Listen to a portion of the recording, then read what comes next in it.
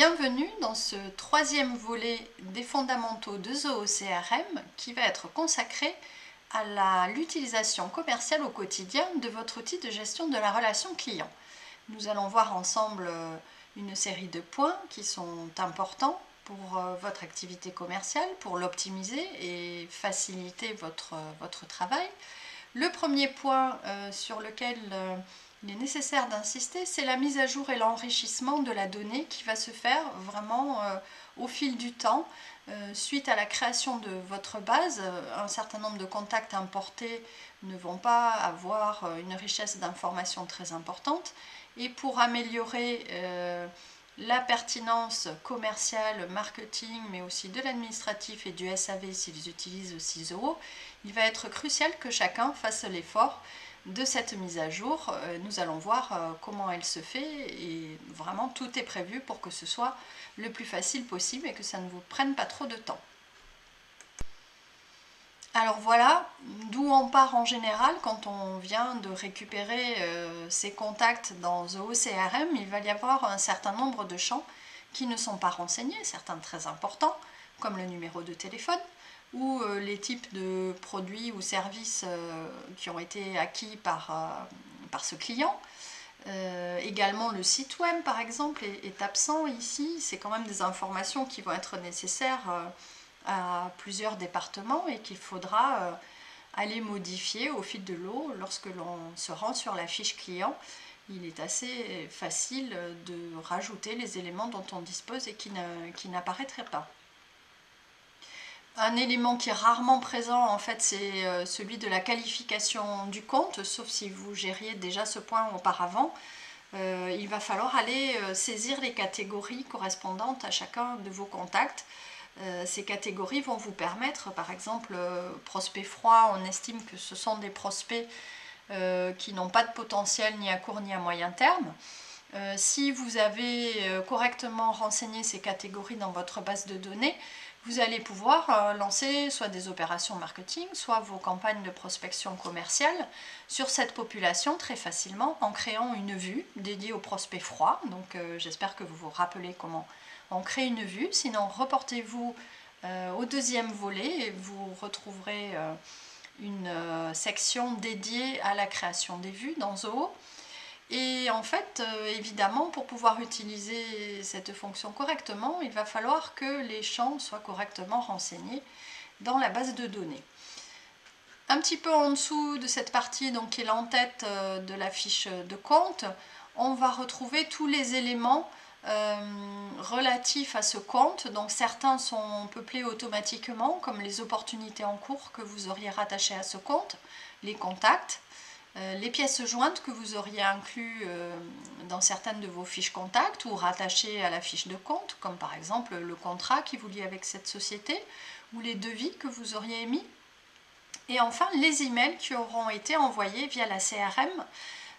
Donc ça se peuple automatiquement à partir du moment où vous utilisez la fonction d'envoi d'email depuis une des fiches contacts ou si le marketing est intégré et que les envois d'emailing se font via Zoho Campaign. Vous allez également pouvoir retrouver toutes les campagnes d'emailing qui ont été reçues par cette société et avec des informations assez précieuses comme le statut de l'email, s'il a été ouvert, s'il a été consulté, si certains des contacts ont souhaité se désabonner.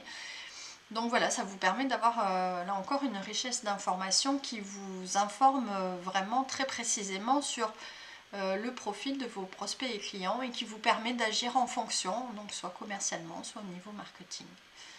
Nous allons voir ensemble directement dans l'interface comment se font ces modifications et vous verrez que c'est très simple et que tout est fait vraiment pour que ce soit facile d'enrichir votre CRM.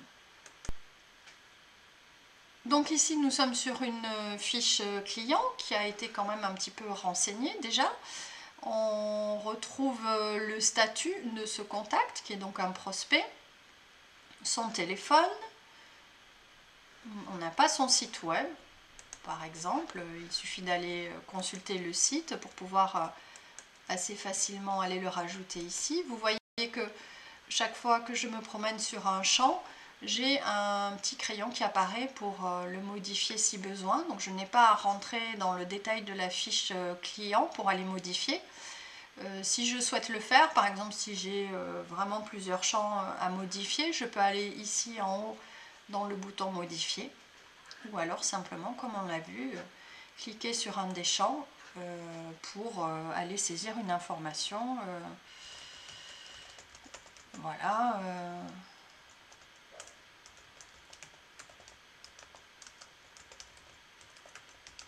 Avec une information dont je dispose, mais qui n'est pas saisie encore à ce jour sur le compte. Je peux rajouter des remarques très facilement, par exemple sur le meilleur moment de joindre cette société, ou voilà, je sais que sur cette société, en fait, il n'y a pas de contact identifié. Je me mets une petite note, ce serait peut-être préférable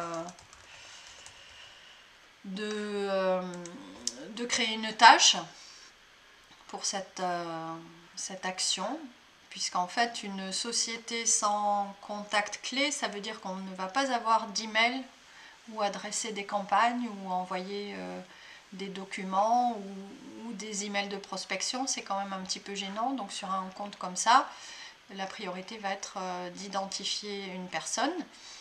Évidemment, je n'ai pas de contact, donc il est très probable que j'ai une opportunité en cours. Ici, le module opportunité est intitulé affaires, hein, mais c'est bien le même. Les activités en cours, eh bien, ça va être toutes les activités que j'ai pu créer, qui vont venir s'incrémenter automatiquement. Là, par exemple, on a vu que ce serait bien que j'identifie un contact. Et bien, je vais me le noter dans une tâche. Et je vais me mettre une date d'échéance à la fin de semaine. Et voilà, je l'attribue à la personne et j'enregistre. Donc en plus d'avoir un rappel qui va apparaître sur mon ordinateur, je vais, lorsque soit moi, soit une autre personne va consulter cette fiche, on va pouvoir aussi être au courant des actions en cours, de manière à ce qu'il n'y ait pas de travail fait en double par quelqu'un d'autre qui voudrait se mettre à la même tâche. Il va pouvoir constater que voilà, l'identification d'une personne est déjà en cours sur ce compte. Donc là encore, ça va faciliter le travail collaboratif aussi et éviter la perte de temps à faire deux fois la même chose. Lorsque cette activité sera clôturée et que donc j'aurai identifié un contact, elle va venir automatiquement s'afficher ici. Voilà comment ça se passe dans la fiche de compte. Dans la fiche de contact, c'est quand même très similaire. Vous allez avoir des coordonnées un petit peu plus précises dans la fiche contact, et notamment les téléphones portables, et pouvoir saisir des informations vraiment liées à la personne. Là encore, vous allez pouvoir saisir une adresse de contact éventuellement différente de l'adresse de société. Si par exemple c'est un employé qui n'est pas basé au siège, ça peut être un commercial terrain.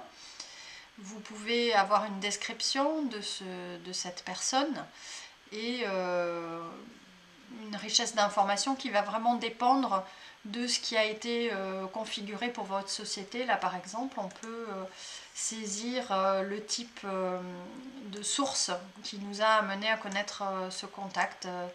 Par exemple, il peut nous avoir été référencé par quelqu'un. Ça, c'est des informations qui vont être précieuses au niveau marketing, mais aussi au niveau commercial. Savoir d'où provient votre contact, ça va vous donner des éléments de contexte qui vont aussi faciliter vos échanges avec lui.